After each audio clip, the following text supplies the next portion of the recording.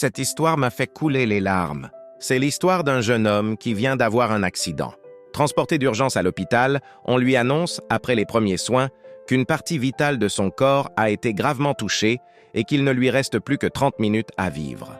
Tout triste, il prend son téléphone et envoie 2 SMS. Le premier à sa petite amie et le second à son meilleur pote. Il écrit exactement le même message. « Je suis en train de partir, tu viens avec moi ?» Sa copine lui répond instantanément « Où vas-tu là ?»« Je suis occupé, je peux pas venir. »« Vas-y tout seul. » Au même moment, il reçoit un message de son meilleur ami. « Depuis quand tu fais des plans sans moi, frérot ?»« Encore heureux. Je viens avec toi. » Après avoir lu le SMS de son ami, il sourit. Il ferma doucement les yeux et son cœur s'arrêta de battre.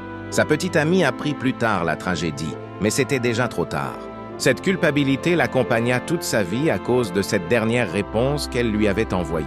Des fois, dans les périodes difficiles de la vie, nous avons seulement besoin d'un ami ou d'un proche qui nous épaule et nous remonte le moral. Leçon de vie 1. La présence vaut plus que les paroles. Dans les moments décisifs, c'est l'engagement sincère qui compte.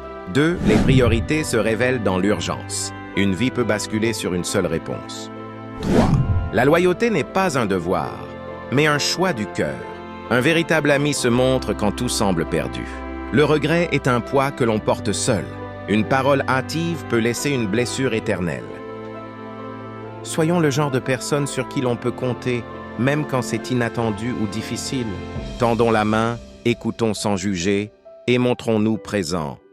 Car on ne sait jamais quand un instant deviendra le dernier. Si cette histoire t'a touché, partage-la pour rappeler l'importance d'être là les uns pour les autres. Écris « Je choisis d'être présent » en commentaire si tu crois que la vraie amitié se vit jusqu'au bout.